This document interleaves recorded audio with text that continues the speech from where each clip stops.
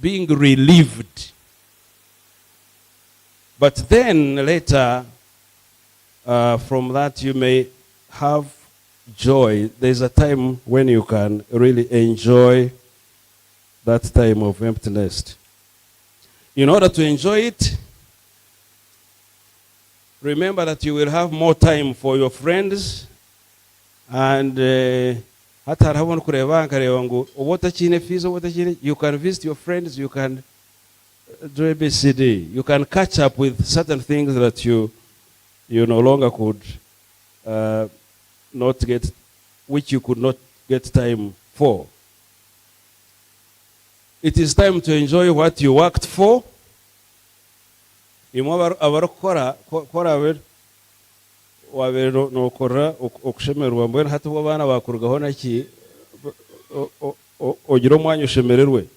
is time to reconnect with your partner.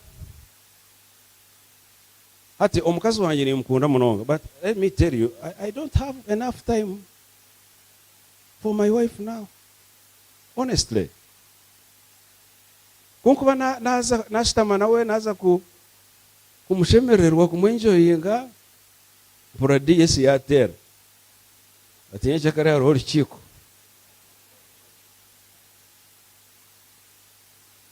kandi ikiko eze tokwija kuzamba kareba bishop uriyaho niwe chairman bakawuriyaho tatebekaine ngo abuko obere oyegamira omukazi wawe nyumwabazo. But this time, you can get time to reconnect, to enjoy, to kind of rejuvenate your love.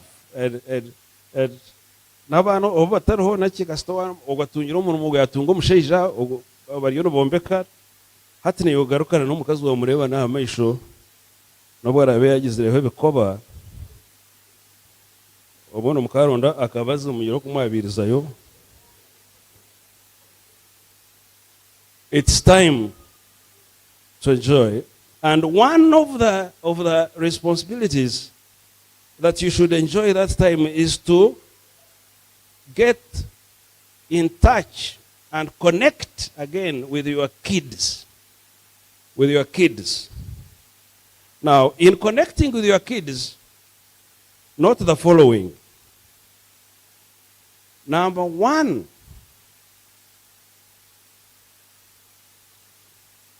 use technology. These days, use technology to make sure that you talk to your children. You call them.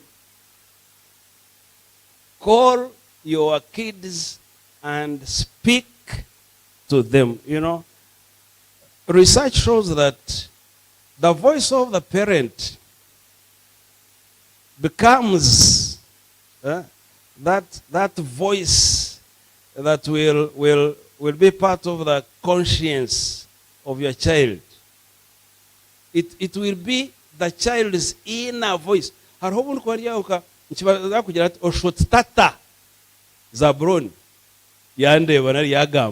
Even now, he went to be with the Lord in 1998. But even now, I still hear the voice of my Father in me. Speak to your child. Call the child and speak to them. And of course, communication is very key. Speak as if you are together now. How are you? Are you still looking good? Have you had your lunch? Make it so informal and casual. Of course, it depends on the content and the time and the purpose of calling, but make sure you don't wait for anything formal or official to communicate. Just call and have fun and just joke. Amatamaga haromushwanye benyat tamatamaga beshamatamaga gahangwa nonda kugirota derasheka asu. Just call your child. Of course, I know that most of you do. But there are some who call as if they are on duty all the time. I saw you asking for money. Did you give me the accountability for the previous 10,000 I gave you? So the kid knows that when he or she sees the screen, then, highlighting the dad or mom, she or he grows, we call them Google bumps. Omuntu agira mwana agira orunkuceki ombiri kujya amatata nafa rero yanterera ki. Call them.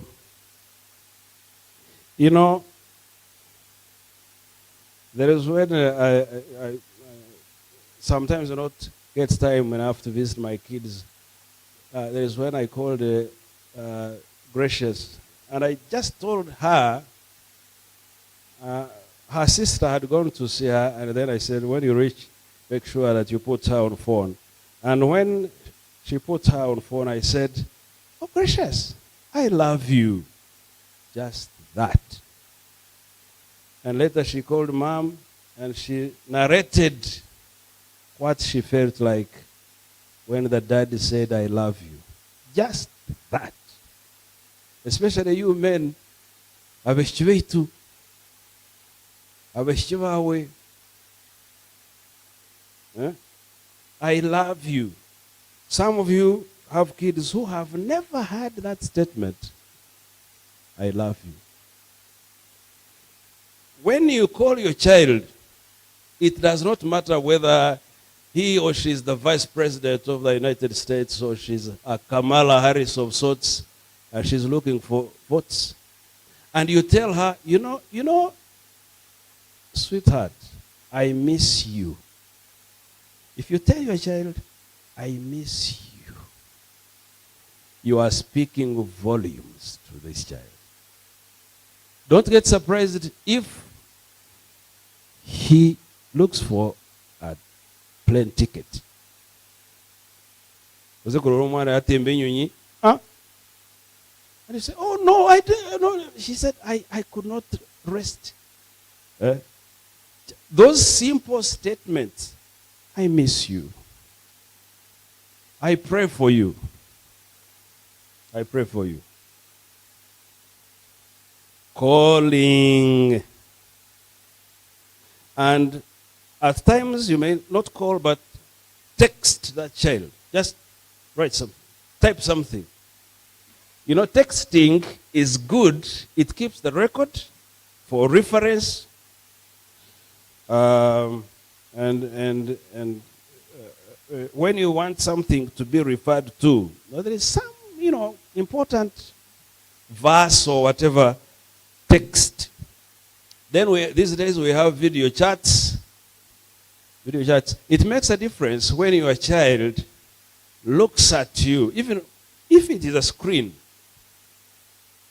In South Africa, she was about to end her symposium or whatever, and all of a sudden, this is your face on the screen. It makes a lot. It makes a lot of difference. It speaks volumes to the heart. Romanya ati harobo obunkumayiza ati nyoka nkareba mawe harobo yanshanga unkubiza mune biza kundetera oburimezi because I loved my mother as her last born. I was fed on the rest of the love that she had had and kept for the rest of her children. I loved her. I know she bore a lot because of her children. A difficult husband, she loved me. And each time I came home, she would look at me. I can still see her face. Make a mark, and your child is brain, and it will stick forever. Now, if I told you to close your eyes and look at your mother, those of you who have lost their mothers, you can still see her. Let that face, your face, appear at the back of your brain, the back of the brain of your child. One day, that face will talk to her. And by the way, in communicating with your child, be genuine. Be genuine. If you are angry, show it. If you are excited, show it. If you are happy, show it. You can even make a simple clip dancing with your husband or wife and send that clip to your child.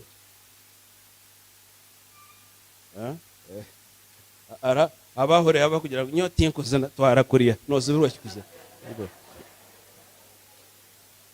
Nyo ojobuzo mukazi wanje haro mukugira just fun. Izo barumu tinkuza gamba binge bihame bimukayita okada for the sake of it. Haro obuna mukurata in the house. I just followed her. Ninch. Nta. Namukurata ati nyaho naka. Namukurata haruchi. Namukurata just that. To emperuka twasheka ashitwaherere na manyora hanga.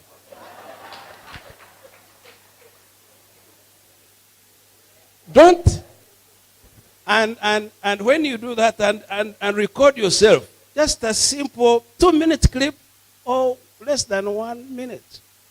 And you send it to your kids. They say, Mommy, what were you doing? What was this? What was going on? And so on and so on. That is actually you are telling your child, you can also one time do the same with your husband. You don't have to tell him or her, have fun with her or dance or you just dance and send it. In fact, technology, more distance parenting is very key, so handy. And if you are angry and you say, listen to me, daughter. I saw you at the party, and of course you see sometimes they are having fun on a party, but you see that she's not dressed well. And you record and say, I didn't like that dress. How come you are dressing skimpily like that? 5 seconds, and you send that. So all the time she will be thinking, when she looks at that dress, she will connect it with the face of the mother. But even when she has done well, I got excited. Oh my goodness. You performed this well? Oh God. And that short clip, send it to him or her. It will make a difference. But if you are equally dressed skimpily, she will say, okay, but mom, I mean, I think this is even better than yours. So that's why I started by saying an example.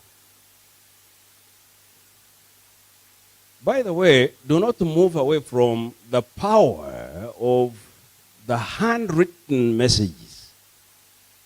Handwritten messages. When I send a text to my son on WhatsApp, fine. But the same words in my handwriting on a piece of paper, my actual handwriting makes a big difference. It is true even with the love. There are even organizations which say when you are applying, you make sure you handwrite your application. There is something about the handwriting that is real, is personal, is from the heart. It tells when he sees how you carve the C's and dot the I's, and cross the T's, that is the father, the mother's handwriting upon his or her heart. So I am, well, some of you may say, well, Bishop, you are being too traditional, and that is a cake. What? A cake? Try the power of the handwritten messages. Ati, arongo kugira umukazi wanje, arongo mutirikiraho na kamuteraho, I liked that, I love you. Also. But when I handwrite it, umuntu nakatwara katomukashaho cye. Hariho n'ubu namuhandikire 91 when we were still dating, and she still has those messages. Amazingly. Hand. So you can even make sure you just, even when this child is at a distance, see how you can get that message to him from here in Boston. You can post it, it will make a big difference. Then, of course, parenting will not just stop at communication and so on. Make a visit. A visit. Don't yaba shwirwe otaka chikanyisa shaha yono ryo wa mkoa we omukekuri ya Russia. Even the Bible says otita mutayo akarbatirana akakwanga na hiyo mukwanga kwa kugira trevo ya. But make a deliberate plan and visit your child. Not because they have whatever. No. Just tell them, I'm coming. Take something for them. And just say, I decided to be here. I cut off all these assignments to be here because I miss you, I love you. Oh my goodness. My father visited me when I was in college. There was no such a thing for them as VD that time. I don't even remember when I was in the secondary school or in college. But one day, my father rode his bicycle. Yaruga kuriya muko witu yanshanga Bishop Stewart. Namureba saa munana. She was sweating, she was tired. Yandetera akatogo kebihimba. Bakakamukomera yakaiha gari. Oh my goodness. I have never forgotten that. My father rode a bicycle. I think it is like 6 or 7 kilometers. Bishop Stewart Rentanga, that's time. Konkanka mureba namurena yijane twaganira namushendekereza yatembe gari yataha, and I knew the purpose for the visit was me up to now. Some of you have money, get a ticket and find your kid in South Africa. Akibo kazankahi, that kid one day will board a plane and come. Parenting. So anyway, it's make a visit. Now, I also want to mention that you need to exercise in everything. This is conventional. In everything, exercise love. Make sure that the driving force is love. And I'm talking about love that cares. Give your children an assurance and evidence that you care.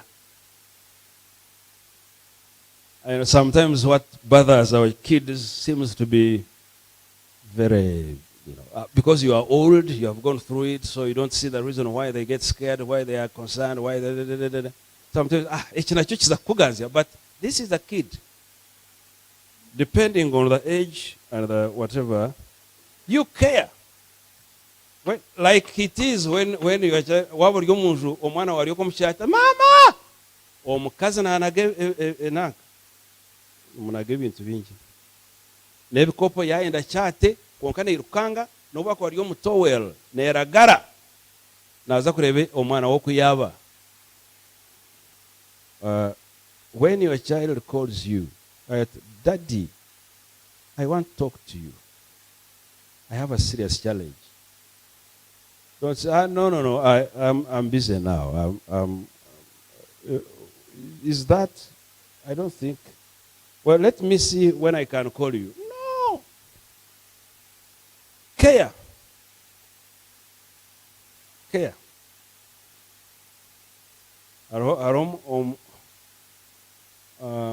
Of course, love cares. When you love, you care. When you love, you care. Na mbona uko msheja wawe mwabari yaha orukumaragira ni kukunda wakana urwara takumanya aba wazo mwirwaro nogerenda takumanya aba mwana yache wakakumaragira ni kukunda nangu wajiro ai utinze bwaki umuhere ukayamo go kutinda wakaragira ni kukunda when you love, you care. Show care. And by the way, this is biblical. When God spoke to Simon Peter, he said, do you love me? Take care of my lambs. He said, Peter, do you love me? Take care of my sheep. When you love, beloved, you care. Abana bamwe abazire bato bakubafaho. Bakubafo.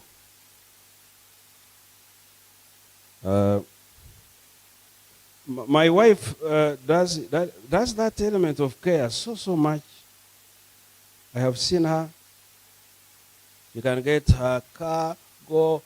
Omwana mabambaro daya plot nkahi. She goes. Aza kureba bagura nkahi narubagira kwembombeka mwakankahi ati mwiroko mwamukira kampara nyo kanjirenti kankoreki ndabwije mbagambe so she cares. She gets on phone and talks to her daughter. The details which I sometimes say no, you don't have to, and she says no. She cares. The daughter tells her, I have headache since morning. I've had headache, and she then goes to the details. Sometimes I tell her, just drink water and rest. But for her, she says, how long has the what?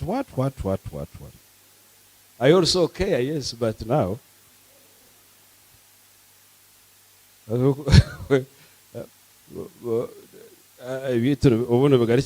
So caring, when you, even from a distance, show care. But also, love shares. So you share with your child. Share your perplexities, I told my son I had some pain, and I told him, as I had to but after some time he called and said, how are you? How is your pain? I said, oh, okay. Oh no, I'm okay now. The kid, my son, had to follow it on. How is your share your pain, share your joys, share. When the kids come, there are sometimes when they come from school and they come with friends, attend to them. Mutaro witwa Kaijaya yeshana abanywana ati nyina abantu atutsa kubatura mukaga tera kutaye konka ndeba nyina yagira tubesha abana akabaza kwija tabana kwije tubakuriye ibi biturya twakitamwe man twakitamwe se twakitamwe bwire nagira bine yaho numuza kwija mutango ntsa kuvuga ante muzo basi tujya ko Rwanda River bakire baramucanye bushenya so twakitaho twakifaho abana bakaija bashemerwa twahindura ameza twatamwa kantu ubwo bashemerwa hagiro ndijo bamu aba banywani be abanywani haba ondijo nde harimo abeshyi nabojo make konka omukuru abagiye basa kuriramu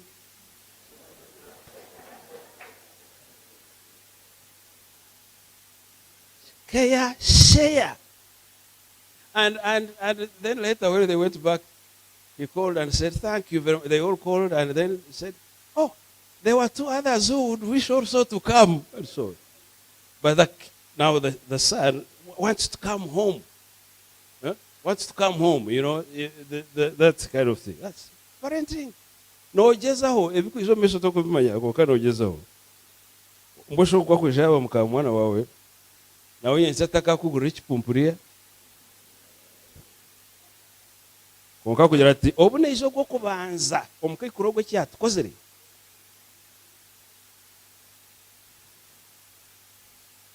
Now, care. When they have expressed need, care. When they have been disturbed, care.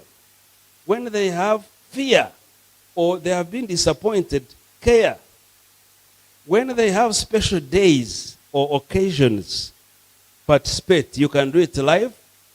You can do it virtually. You can say, okay, you make it hybrid. And I shall be on Zoom. And let me also participate and so on. Get involved. When they have come home, as I mentioned, most especially with their friends or spouses, some of them actually imaba kazi wareba mkuu wawe yisha barga Australia barga danka kakanju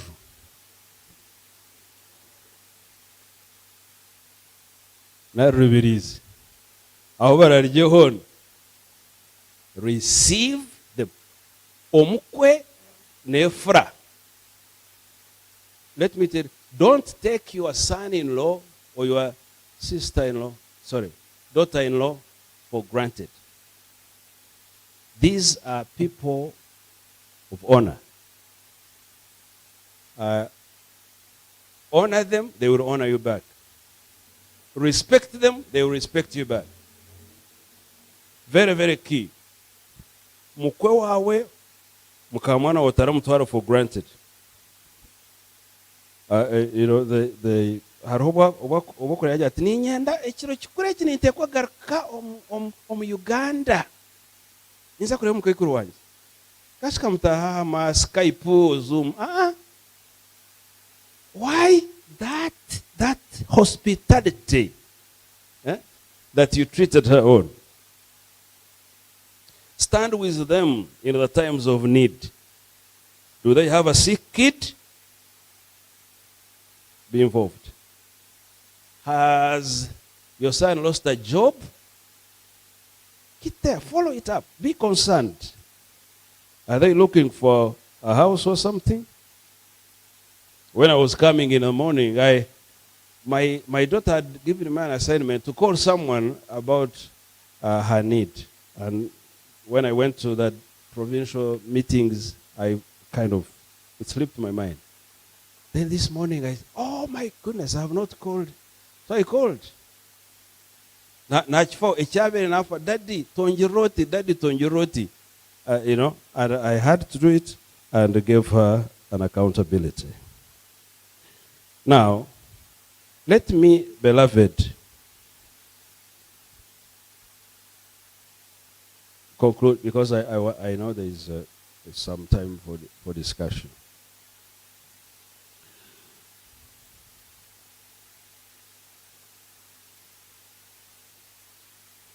The parent that you are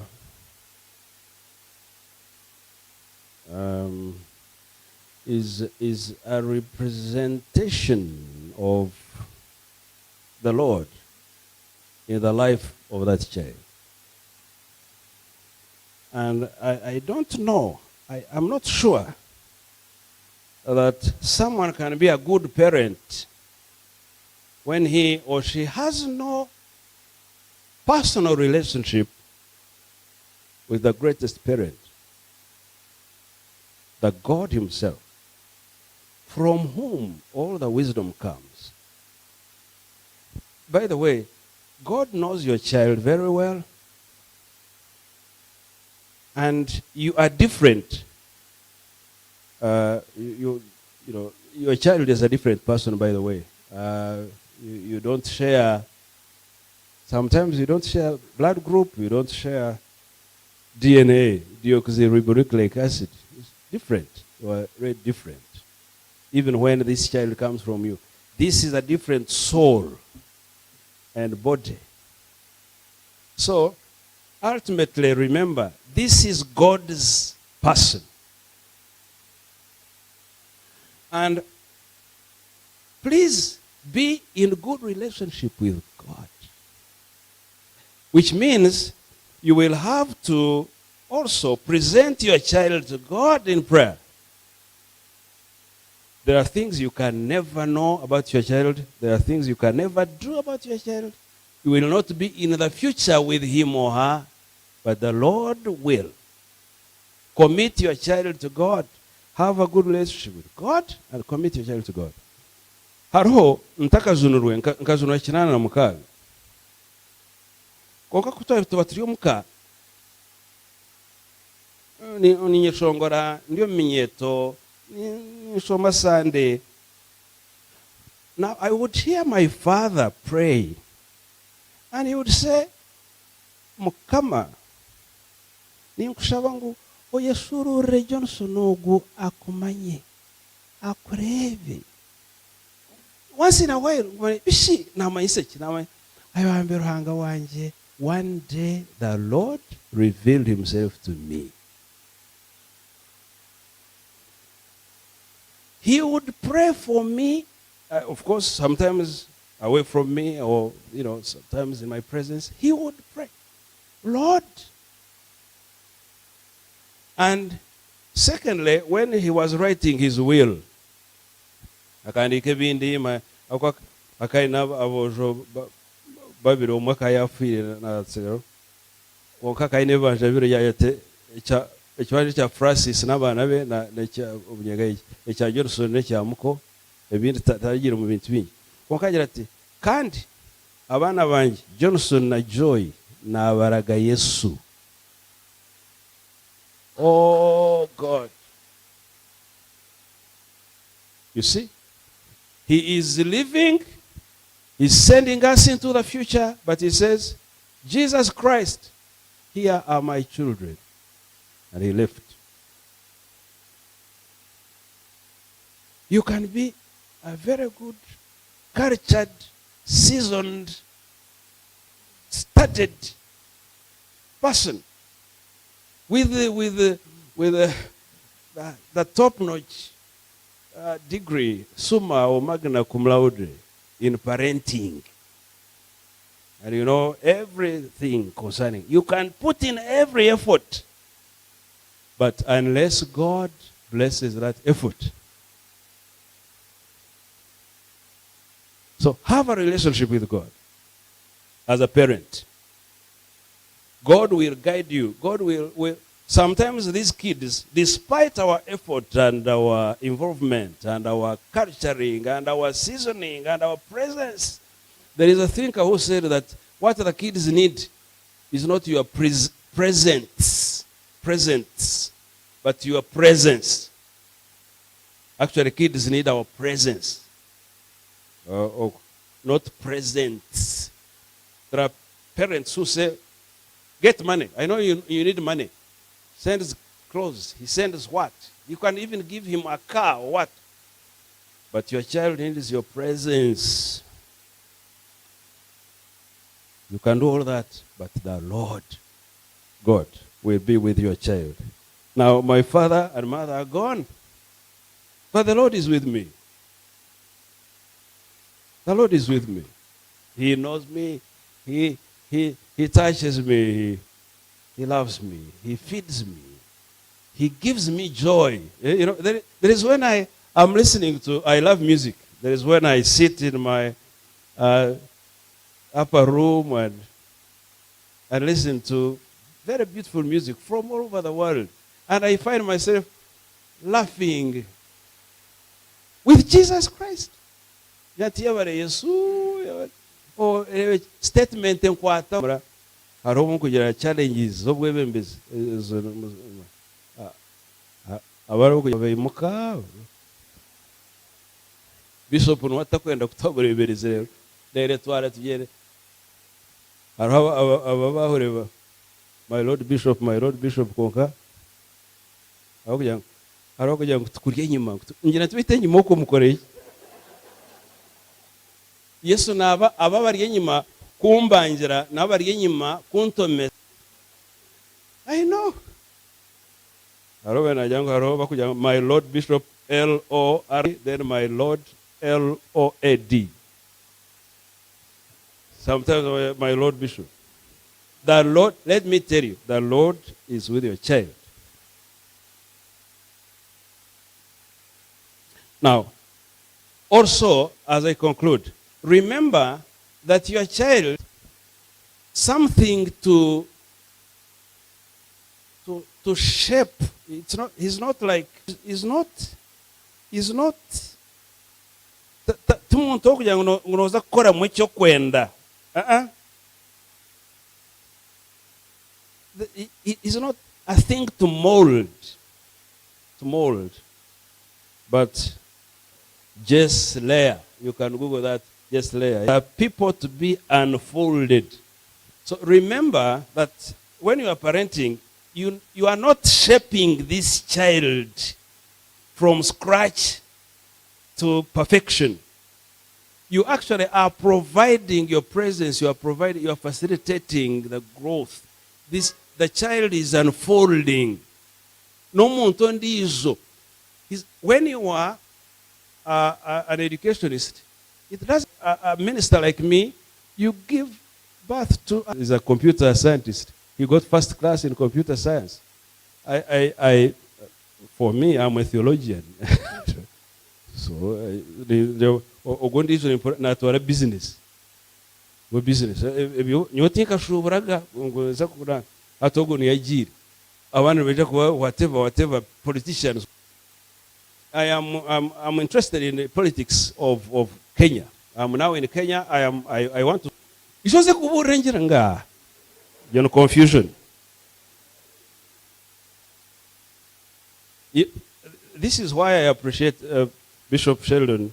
He's an educationist. He's a professor. As an atwera mnongo mu House of Bishop Sebintu. Hatini neva government okokwindwa curriculum. Chiberi chirungi awukano rebe egi. A teacher is not a lecturer. It's more of a facilitator.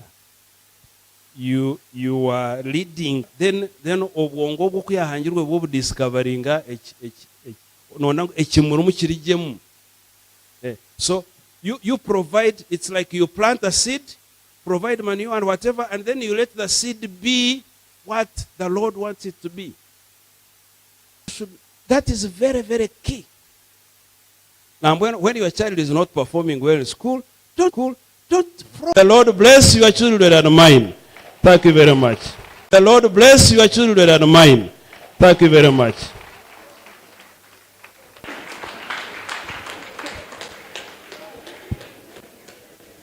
Thank you so much, Bishop. Shall we appreciate our facilitator?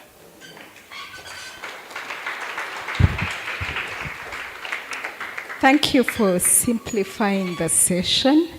It was calm, and we were getting into the nest and being comfortable. So thank you so much, Bishop. Friends, we began with the basis of marriage.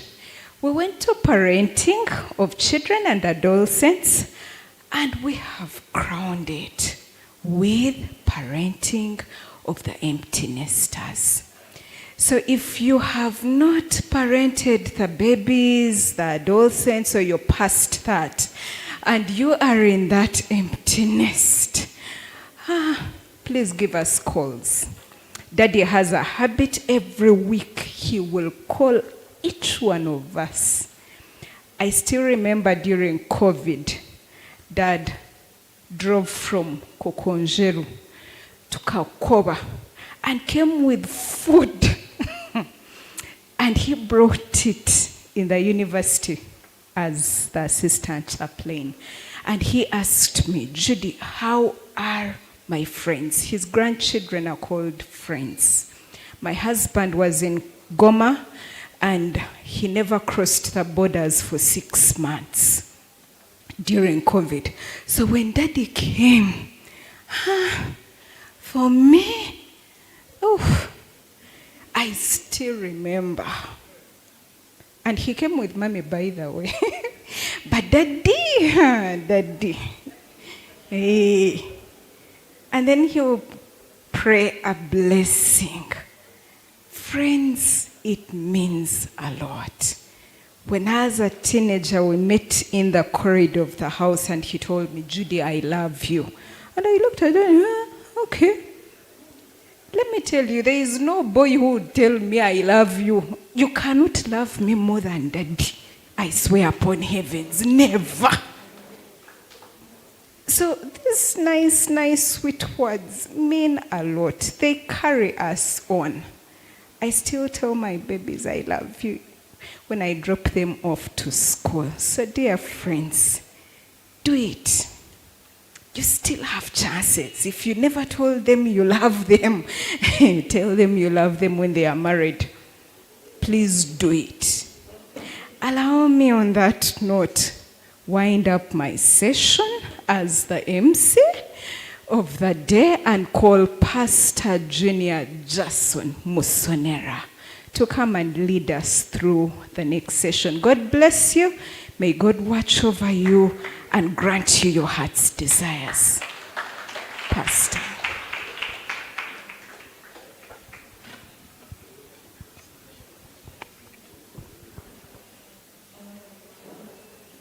Good evening to everyone.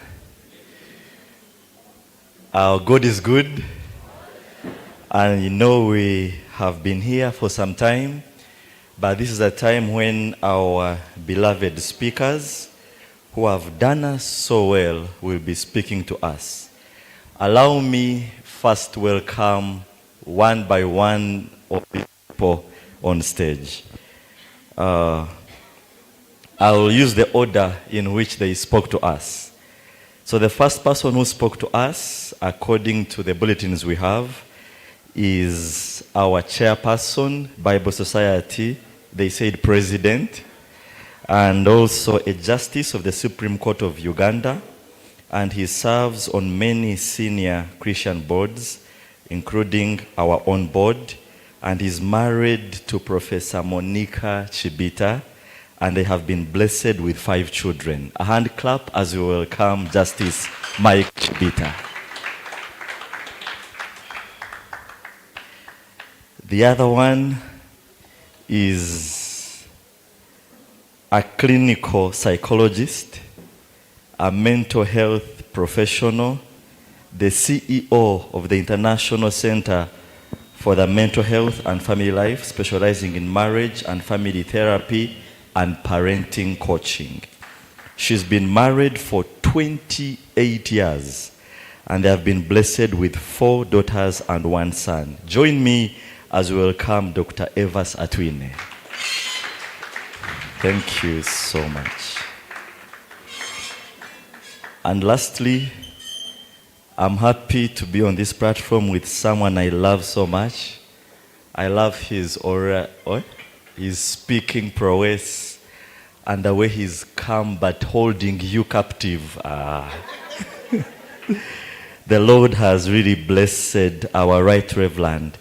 And so he is the Diocese of the West Ankole Diocese, is the Bishop of the West Ankole Diocese, and also the Chancellor of Ankole Western University. He enjoys music, writing, and spending time with his family. He is married to Mama Joy, to Mujuni, and they have, as he told us, 6 children. Join me and we welcome the Right Reverend Johnson to Mujuni. Amen. Amen.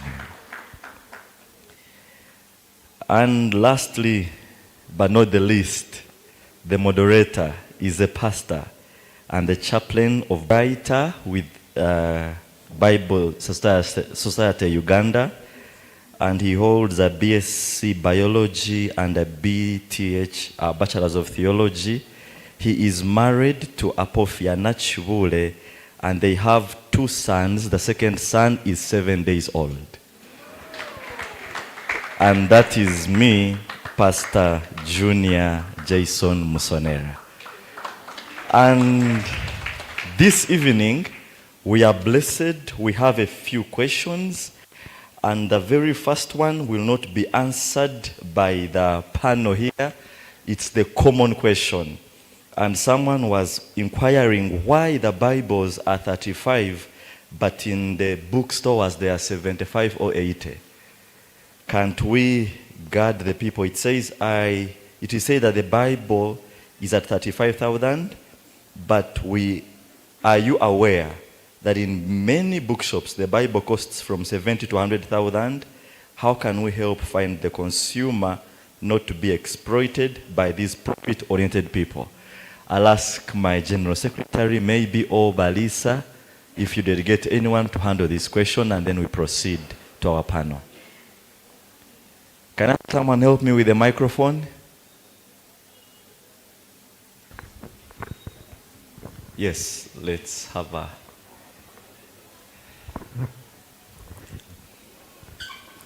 Thank you for asking that. I will start by saying that we are in a liberal economy where once you supply your product, you have less control over those who do the retail. So what we are doing is to make sure that Bible Society supplies the Bibles at affordable prices, and we are asking the churches to open canteens at the churches so that we can supply the Bibles to your customers, so that they, instead of going to the bookshops, then they can come to the canteens. And then you can also become an agent of the Bible. And then when you become an agent, don't love the money so much and then increase the price. So for now, that's what I can say. We have no much control over the prices in the market. But we shall make sure that we keep the supply so that one day they fall out of the market. Thank you. All right. The other, I think we'll get another platform note today, how they are asking my GS why the Bible, especially Good News, jumps some verses, like Acts 8:37. But we shall, I think, handle that in a Bible conference or something. Allow me now turn to our panel. We want to thank these able facilitators for a wonderful day. Another hand clap for them. And now we shall have only a few minutes because we are closing at the top of the hour and we are already into the hour. And so I only have around 4 questions with me, and then the others will come from you as we go on. The first to present was our justice, and someone has a scenario here, a case that we want to get your response, and it says, there is a man who lost his wife 2 years ago, and his wife is survived by 2 sons, aged 30 and 26. Both sons are not married, but they have been staying with both parents. and both sons are working the same as their father. Now their mother, I think, their father, who lost a wife, wants to marry, but the sons are against the idea of their father to remarry. In the house he's living with them. If he wants, they say he should get another house. Now, is it lawful for the sons to be against their father to remarry in his own house? Thank you. The mic is there.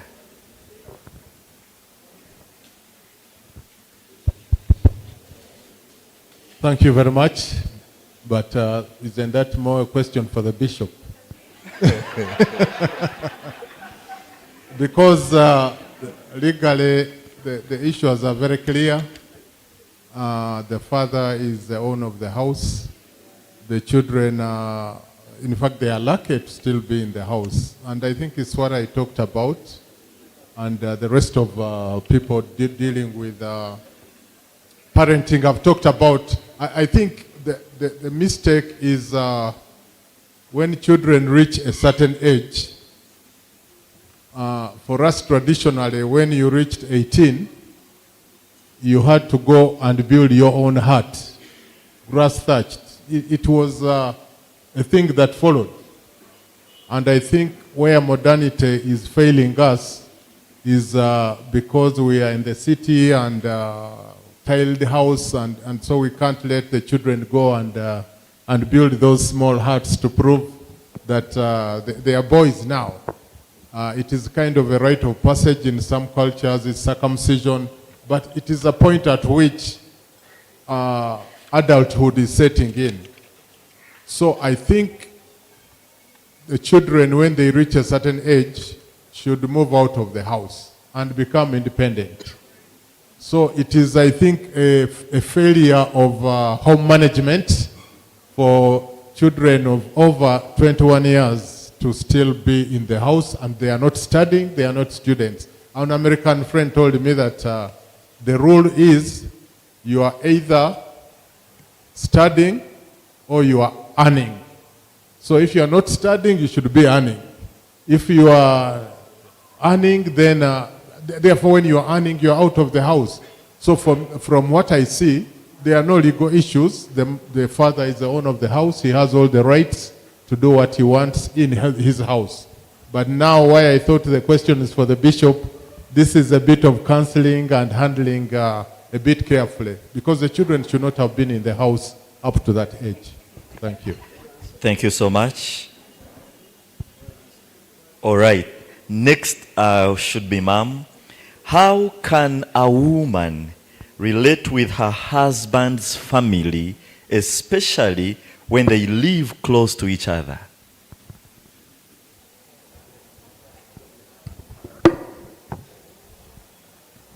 Okay, so relationships are a matter of the heart, not location.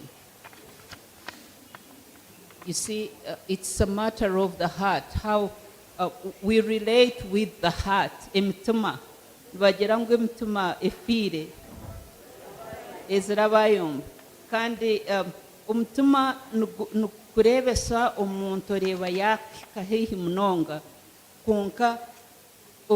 In fact, according to science, we should be closer. So wahurira ngo ari heihi ekyo nekizibu kureka nimbasa kwetegereza what this person is asking. How do you relate with them when they are so near? One of the as part of our bishop's response, he talked about overdoing it, or parents interfering in the relationship of the children, and then there are no boundaries. Now, all relationships are governed by boundaries. You can live near, but you have what we call healthy boundaries in relationships. So it's not a problem.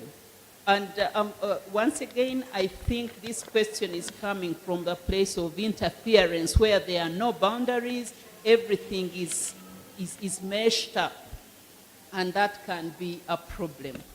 but my advice is talk about it, and talk about it not just in a blanket form in terms of your parents are near, because that can be interpreted as hate. But if there are just specific issues that are affecting the relationship because of the proximity, again, I'll tell you it's not proximity, it is how boundaries are defined.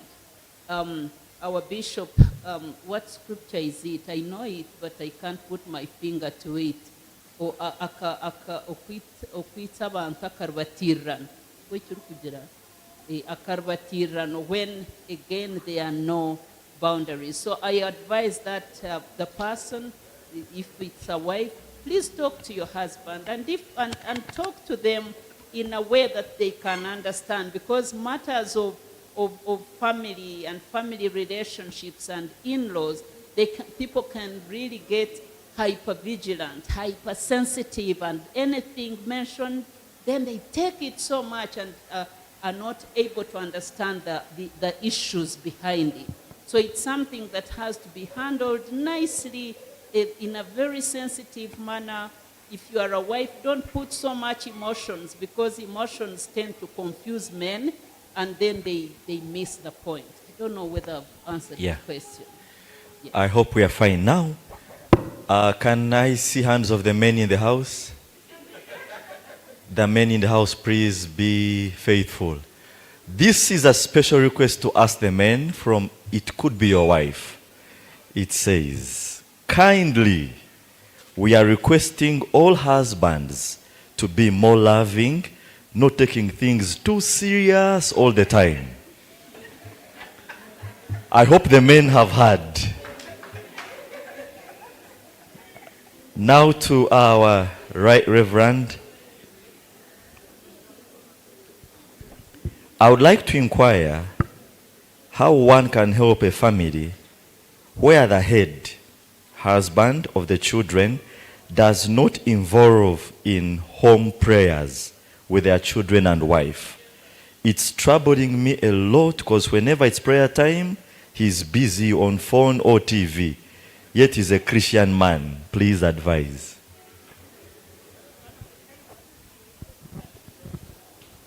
That's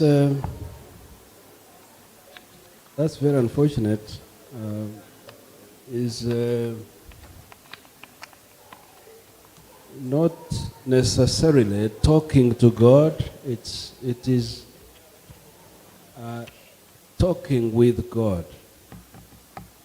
And some people pray just as a formality. And that is unfortunate. Naza kubyama tashabiri bari mumagize turetse mukama konka hariho abakushaba bari kumanya ngu okushaba is a necessity nukwetengwa. Ogwo omushaija otari kushaba either atari kumanya amakuru g'okushaba nari ene ekikumuzibira kushaba kugira kamba ekyokurebera hariho omuntu omukazi orikuba nashaba akagambirira mwiba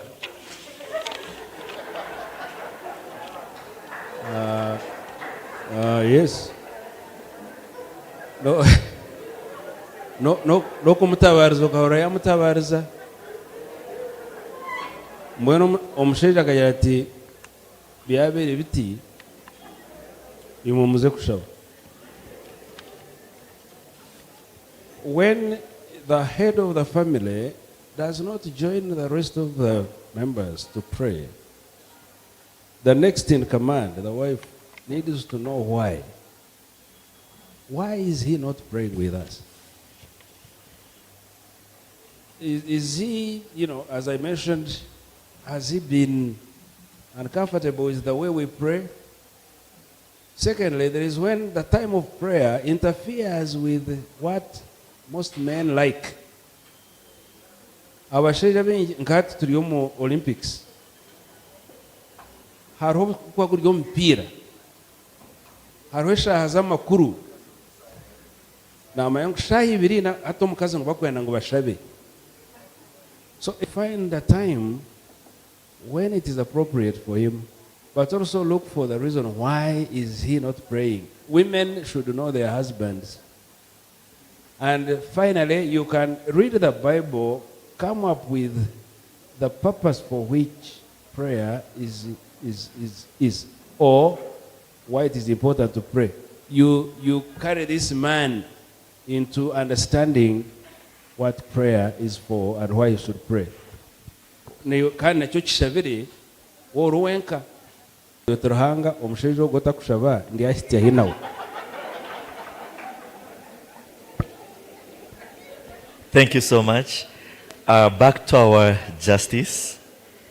Can a married man in church, I don't know whose it will be, can a married man in church and they do civil marriage? Okay, so as I mentioned, the marriage we are talking about here, church marriage, is legally, strictly monogamous. We quoted the case of Hide and Hide, where the holding was that this kind of marriage is a voluntary union between one man, one woman, for life to the exclusion of others. You cannot contract another kind of marriage. Or in fact, you cannot purport, is the legal word we use. This is the monogamous. If you want to marry more than one, you go under customary or you go under Mohammedan. All right. Let me come to Doctor. How can parents manage to balance between work and family? And then they ask that you talk about Gen Z, Generation Z. Okay, so balancing work and family is a very complicated issue, and we can never try to oversimplify it. It's hard. All of us who are working, we know. And I just want to start there and say, I would love to see someone who says, me, I'm doing it all perfect. No. It's a matter of intentionality. It's an issue of intentionality. At least if you're not doing it, you feel convicted, right? So it's intentionality, but it also begins from appreciating that it's important.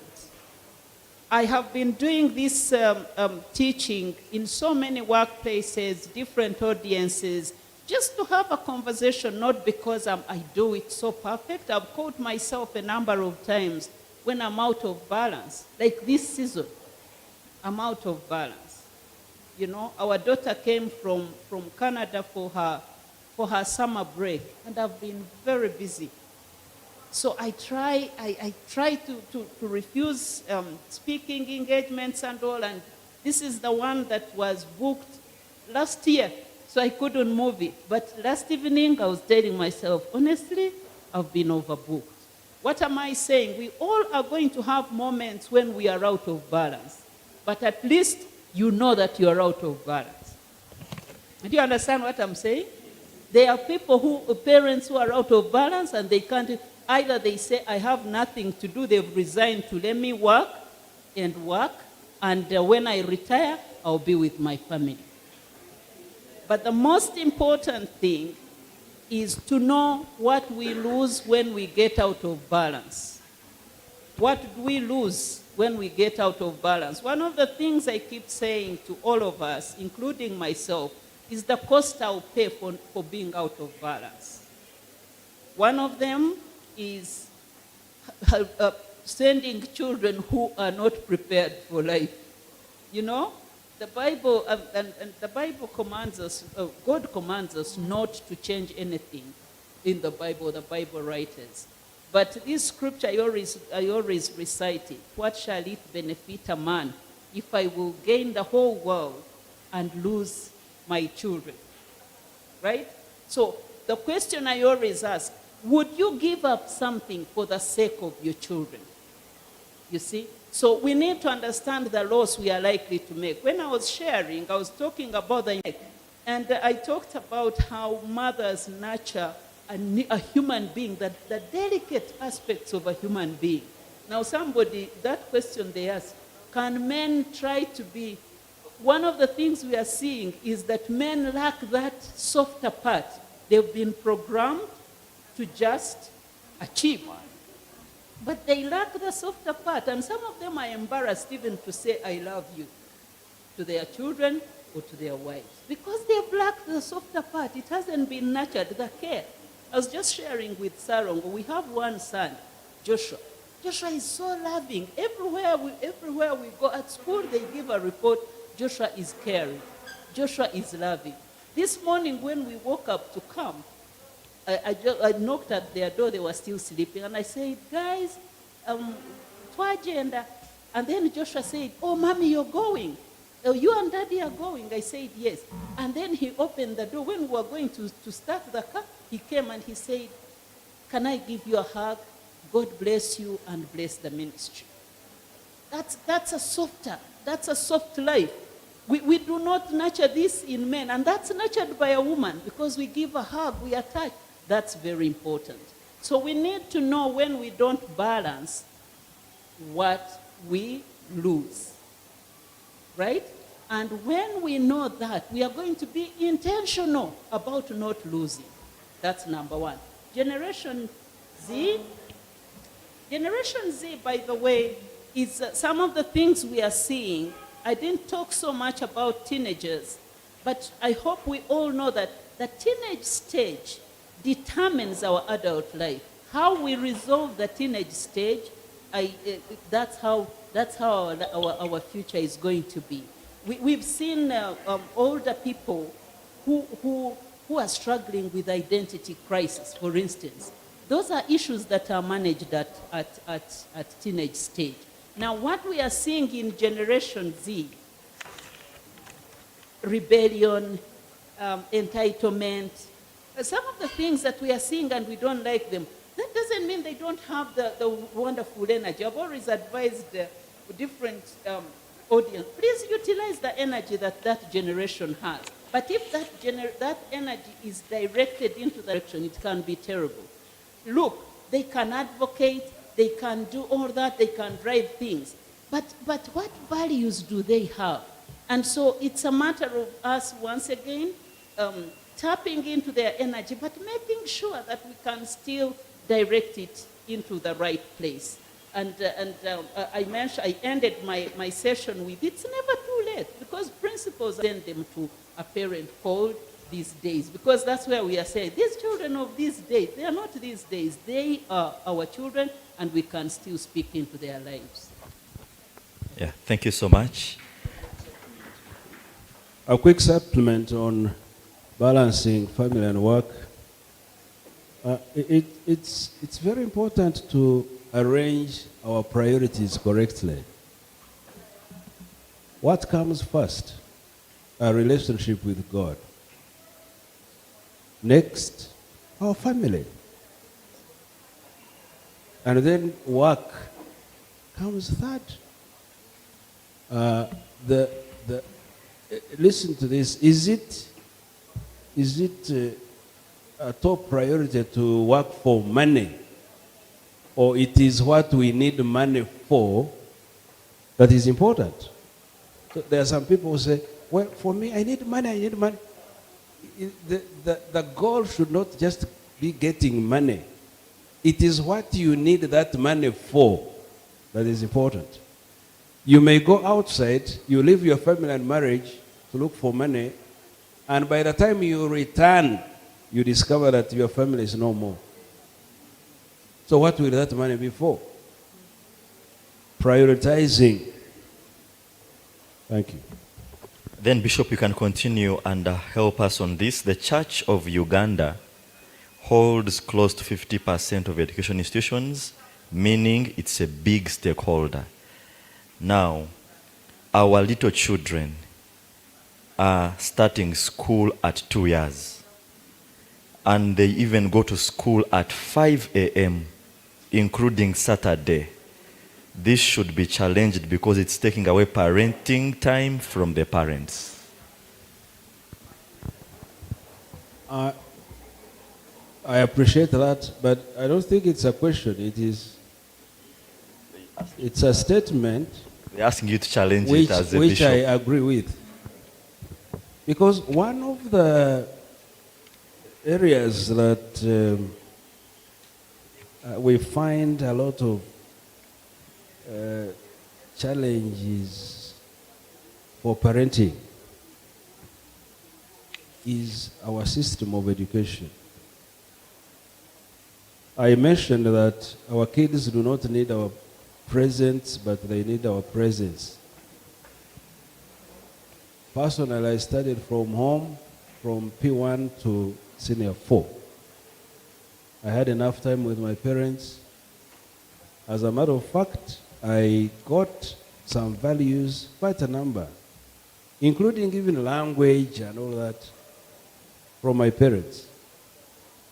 When a kid leaves home at that stage of a toddler, and you will not see him again until he's an adult. Only a few times when he comes home for holidays and so on. It is a big challenge, and there are some countries where they have resorted to homeschooling and all that in order to really regain the presence of their children in their lives. Here it is different. We have to struggle. I think within what the parents can afford, you can do what you can to minimize that gap. But it's quite a big challenge. Hariho nabo kushanga abana nibamanya bashomesa kukira abazaire, abana nibakunda house girls kukira bayinabo. It is unfortunate. But also, Pastor, there is this other area. Can't a bad parent influence his child?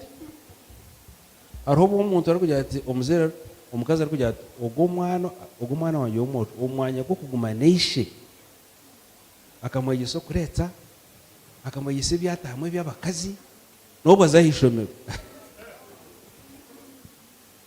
Oshanga kuba ori omuzaire mubi konka newe you want to parent your child. In which manner? There are some who prefer taking their kids to Mbara High School or Bweranyanji for a better atmosphere than staying home, to the extent that some women fear their husbands that they may abuse their daughters. Very unfortunate. Thank you. Yeah, a supplement. We've also got into a place where we have 3-year-olds, 6-year-olds in boarding school.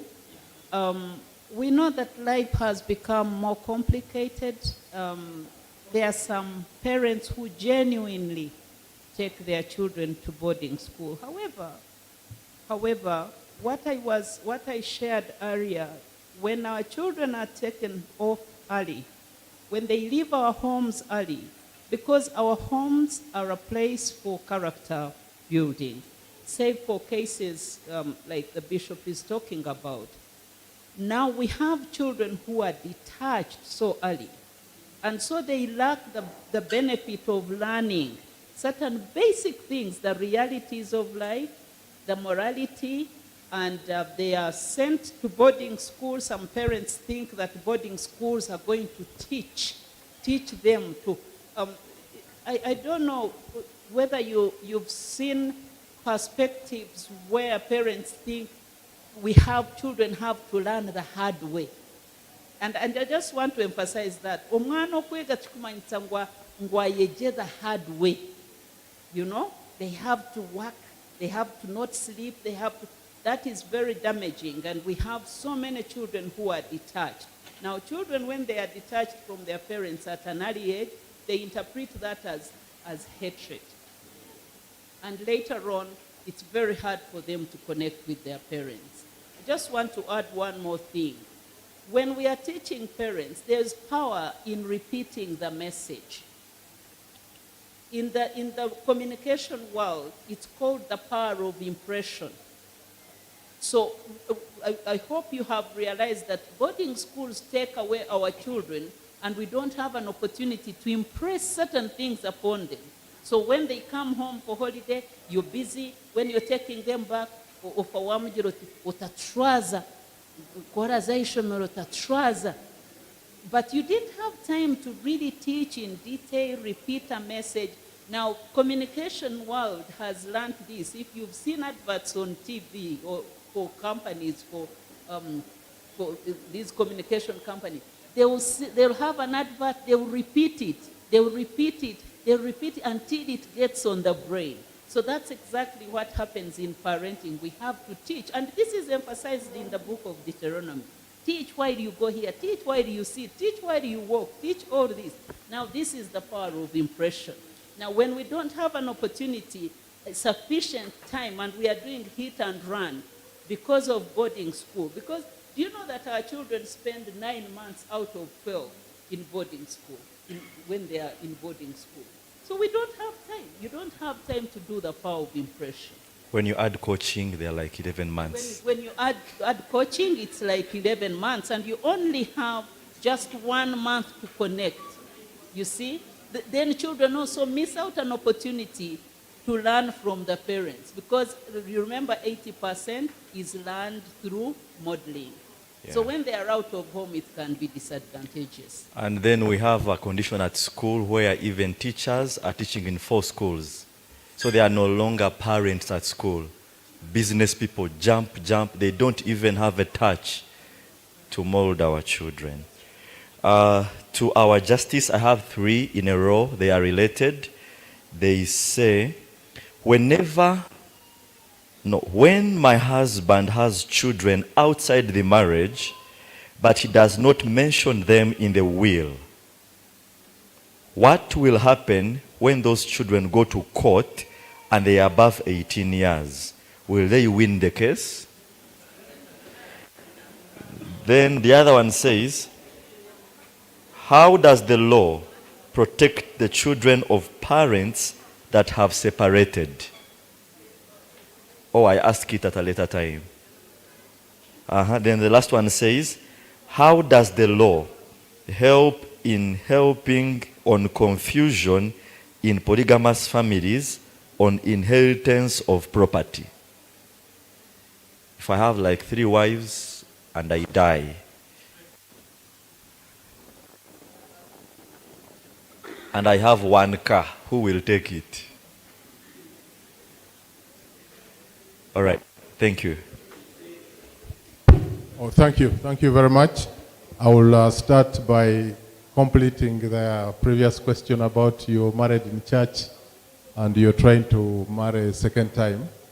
Not only is it not possible, but in case you beat the system and do it where they didn't know you, you commit an offense. If you are married in a monogamous arrangement and you purport to marry again, you commit an offense called bigamy, and you are subject to be imprisoned. Again, as I mentioned, the state will come in to enforce. Now, outside children not in a will, of course we'll go into big questions of can they prove that they are children? I think that's the biggest thing, because if they were not introduced in the family during the lifetime of their father, and the father doesn't mention them in the will, now who is there to say they are children of the deceased? I can tell you that I handled this in my own clan. My uncle passed away, and he had 1 daughter with a sitting wife, and we knew about another daughter who he had introduced to the family. But after his funeral rites, somebody came up with 2 boys, and they said they were children of my uncle. And some clan members said, yeah, the uncle had told them about them. But his wife did not know, I did not know. And why was I important in that meeting? Because I'm the one who took him to hospital, and he passed away in my hands. And I said, but my uncle, he died in my hands, and I've been with him. He never told me about these children. We are not going to allow. And so the meeting resolved that we do a DNA So the people in DNA advise that the only reliable way of proving would be to exhume my uncle who had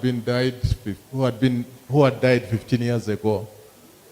And everybody in the clan said nobody is going to exhume the old man. And the matter ended there. Those children are somewhere, but not in the family because nobody knew them. And so the burden of proof, as we say in law, really lies on those children to prove that they are children of the deceased. Otherwise, nobody is under obligation to give them anything. Secondly, how does the law protect children of divorced parents? So if the children, when we talk about children below 18, if they are above 18, they are grown-ups, they are adults, and they can enforce their own rights. But part of the divorce settlement is custody of children.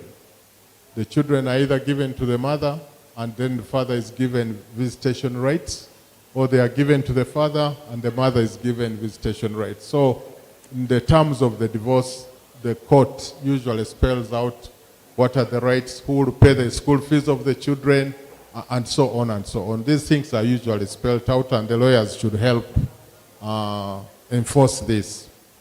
On the issue of inheritance in polygamy, so inheritance really follows two major, as far as the law is concerned, two major tracks. You either have written a will as the owner of the head of the family or the owner of the property. You are either have written a will, and the law and everybody will follow that will. Or you die without a will, which is called dying intestate, and the property of a person who has died without making a will lies in the hands of the Administrator General. The Administrator General is empowered by law to take over the estate of any person who has died without making a will. And the Administrator General has procedures under which he will distribute that property. Actually, best case scenario, he becomes the parent, and he says who needs school fees. He has taken over all the accounts, all the cars, and all the property. Who needs school fees here? Who needs, and if there is one car and there are many needs, he will sell it and then distribute the money. So the advice is, if you don't want your property, your estate to be administered by somebody who is, who does not really have the family at heart, just doing a job, then make a will so that your estate will be distributed according to your wishes. I hope that clarifies all of the questions. Thank you. I will, if I had a chance to ask, I would say, can a will be challenged? But it will come. Okay. To my bishop, this is a worry of someone, and the question ends by saying, what can I do? And the scenario is, my husband is married woman, but he keeps on taking my children to the wife, especially when they are from school and when they are going back. I always feel bad. I've talked about it. It has failed. What can I do?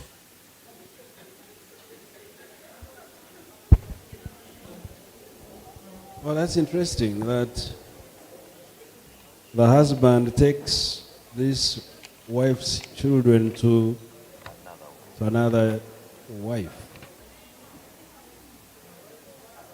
I wonder, you see, there is always a reason why things happen the way they happen. And unless or until we come to the reason, we may not provide the right remedy for such. There must be a reason why this man prefers taking his children to another wife that is not their mother. So that the concern is genuine, but I really wonder why. But also, When love, the first love, has had a problem, has hit a rock, itwabanyakuri twine ekigambo ngu kanyira naki editing embabazi z'omwana niziruga ahari nyina kokuba nokunda omukazi n'abaana nogira ota omukazi wagira oburemezi nawe when you no longer love this woman, that hatred is translated somehow, or the love for the children, for her children, fades to some extent. And so there is a reason why this man prefers taking his children to a woman that is not their mother. But of course, it is also rare. Because if he's a very careful man, I don't think he would say these kids will get better love from a woman that is not their mother. So that one needs some counsel to help her understand the roots of that kind of rare behavior of her husband, if he actually is still a solid, genuine husband to her.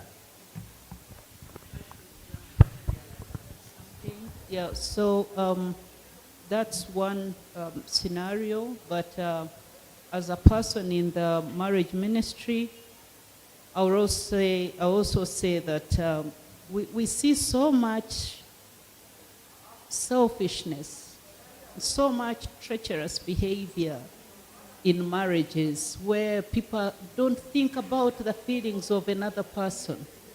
And it could be, yeah, it could be that. It could as well be that, because there are some people, the only way they can experience love is to start a new relationship. And we've seen people, instead of reinforcing their marriage and building and being patient and resolving issues, and I'm sure you've heard me say, you could have challenges in your marriage. We don't have perfect marriages, not for the justice, not for the bishop, not for the counselor, because we don't have perfect human beings. But having problems in marriage doesn't mean you start a new relationship. Now, what happens is that when, especially my brothers, forgive me, when a man starts a new relationship, there is always an excitement phase. And that excitement phase can cloud logic, and you find someone is just acting out of emotions, and they can even take the children to the other woman, right? Remember, the other woman who has encroached on the marriage is trying to position themselves to be great, right? So they can even be so kind. Give advice on how to handle children. Give advice on how to parent the child. I've had so many cases in my work as a marriage therapist. There are lots of dynamics, very complex, and that could be one of them. Now, what do you do? Because what you're asking, pray for this man. Pray for him. Because when the devil captures someone, they cloud them. They don't see. So when he's in that state, he can do unbelievable things. So pray for them. Okay. I think this needs to be balanced a little bit. Because I'm a man and she's a woman. We need to be, what affected their love? Because you see, these are consequences of an already problematic love. There has to be a reason to look for what happened. Because the man, of course, I don't say that the man should get married because he has had a problem with his wife. No, there can be a way to work out a solution. But let us also remember that there are women who actually are problematic. And she behaves in a way that the man finds very difficult to relate. And as a result, after maybe lots and lots of questioning and so on, he decides to do what he, of course, hadn't wanted to do. And he takes his children from her when he no longer can trust her. So I think I agree with you, but both sides need to be looked at through counseling and know why this has happened in order to see what the solution can be. Thank you. All right, thank you so much. Thank you. Of course, putting on the legal hat, I would have many other questions. One, when it says another wife, is this a legal wife? What kind of marriage are they in? I would want to know the ages of the children. Are they toddlers? Are they teenagers? Are they... Because all those determine what the actual answer would be. What I found is we have so many informal arrangements in our cultures. Because when you talk about a second wife, you'll find that this is not actually a wife. Or that. So we have to define what kind of marriage is this. Is it a polygamous one? And when he says goes to the other woman, has he terminated this first one? So many questions arise for me before we could give conclusive advice. Thank you. Yes. Actually, you see so many guesses we are making. That's why we advise, please sit with the counselor and let them analyze your issues very well. Because sometimes it's very hard to give generic advice. We are all saying maybe this is the scenario. So it's always advisable. And from a professional therapist standpoint, I really advise people, don't die in silence. Finally, on that issue, as the bishop was saying, again, we are guessing. But you know, whenever such things happen in marriage, there's a place for sin. There's a place for sin. You don't have to be provoked. There's a place for lust, you know, so you can lustfully get another partner. And I've seen both men, let it not even be a man or woman. I've seen it. I've seen women who are disoriented. By the way, we are in very bad times now when women are on the move. I hope you are aware that now we're getting into a situation of blended families. People are moving with their children and partnering with another person with children, and this is becoming a norm. So we are saying, if you have a challenge in your marriage, resolve it. You don't resolve a marriage by starting a new one. So again, we are speaking from a hypothetical standpoint, but I would advise that you get someone to speak into your marriage. All right, Justice. And even Mom will come in, and probably the bishop.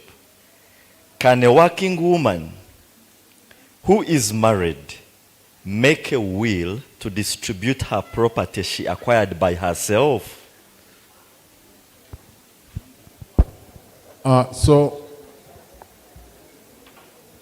Yes, anybody with property is supposed to make a will. So wills are not only for men, women can also make wills.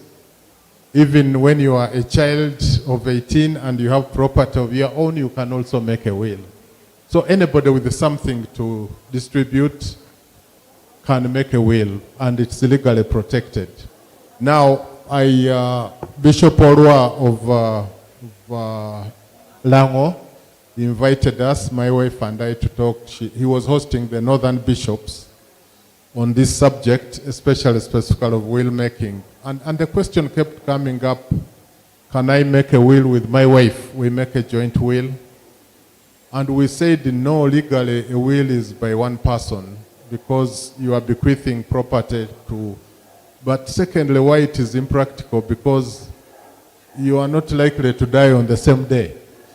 So when he dies and she has got part of it, it becomes difficult. Anyway, legally, you cannot, in fact, legally, the will is supposed to be confidential, even to your spouse. Partly because you have bequeathed property to her. And it has been known that if you bequeath property to somebody and they know about it, some people will wonder why you are not going too quickly so that they cash in on the property you bequeathed. And people, especially children, can expedite your going to meet the maker so that they take. So the will is supposed to be very confidential, lest it becomes a problem for you. So the short answer is yes, a married woman, a working woman, even if she's not working, if she has property, she can make her own will. Of course, the other question arising, if you own property jointly, what do you do? Then you mention it in the will that this property is owned jointly with my spouse. If I pass away, then I relinquish my part in it, or so and so will take my portion. Thank you. All right. Okay. I wanted to ask a question, a follow-on question, Justice. So if you co-own a property and you do separate will, but same property, your partner also wills it to another child or something, how does that happen? So of course you have to declare in the will that this property is co-owned, and therefore if you co-own property, then yours is 50%, his is 50%, so you can only talk about your 50% or whatever percentage you own. You cannot purport to give away something which is not yours. All right, then I'll respond to the question. You asked me to make a comment on on women. Let me speak to women. Again, you know the times we are in where women are hiding things. From my experience, of course, depending on the situation in the family, but we are not condoning this. If we are building families, we are building families. Remember, when people get married, they are two separate, selfish people. And we have to be very careful that we don't nurture selfishness. My experience, I've seen women married, running with their percentage kazi, and you've heard me say, women are really stranded with their money. If they carry this mindset in the marriage that it's a man to take care of the family, most of them are actually stranded with their money. They are earning big, they are not supporting their husbands, so what happens is they invest alone. They invest alone. I know a case who invested and built apartments and to rent one of the units to the husband as and she's the landlady. And so what happens is that we've put money, we've put material, we've put properties above relationships, which is very interesting. And that's what I want to emphasize. Please, if these things become the relationship, then we are in trouble. Because people are stuck with, there's so much unhappiness amidst plenty. So much misery, so much emptiness. So we have to be very careful if we amplify material and will. Because you can have these properties and your children just inherit chaos. Right? What our children need is not property. These children have capacity to make their own property. But we are in the habit of gathering and amassing things and hiding, and then we don't pay attention to the marriage and the relationship. That's why really I want to emphasize this. We are not... As my sister mentioned, when you put property above marriage, something has gone wrong. Because what I had the time I got married, I gave to my wife. What she came with is mine. what we have accumulated since is ours. Of course, I can make a will, but because we are together, we are one, we talk, we can decide to give our son that one and so on, but I make the will. But the moment she makes hers and I make mine, and I mean, that's confusion. So, but you know, obuhangwa abakazi bakaba batakora bayangoma na ahinga rero umushaija agenda bwana ati they separate the accounts, they separate whatever, so they are actually roommates but they are not partners. She's running her own errands, he's running his own errands, each is in his or her lane. As Christians and those who know what you vowed, we are one. We are not chemically interfused, but we are one before God. And we made vows. But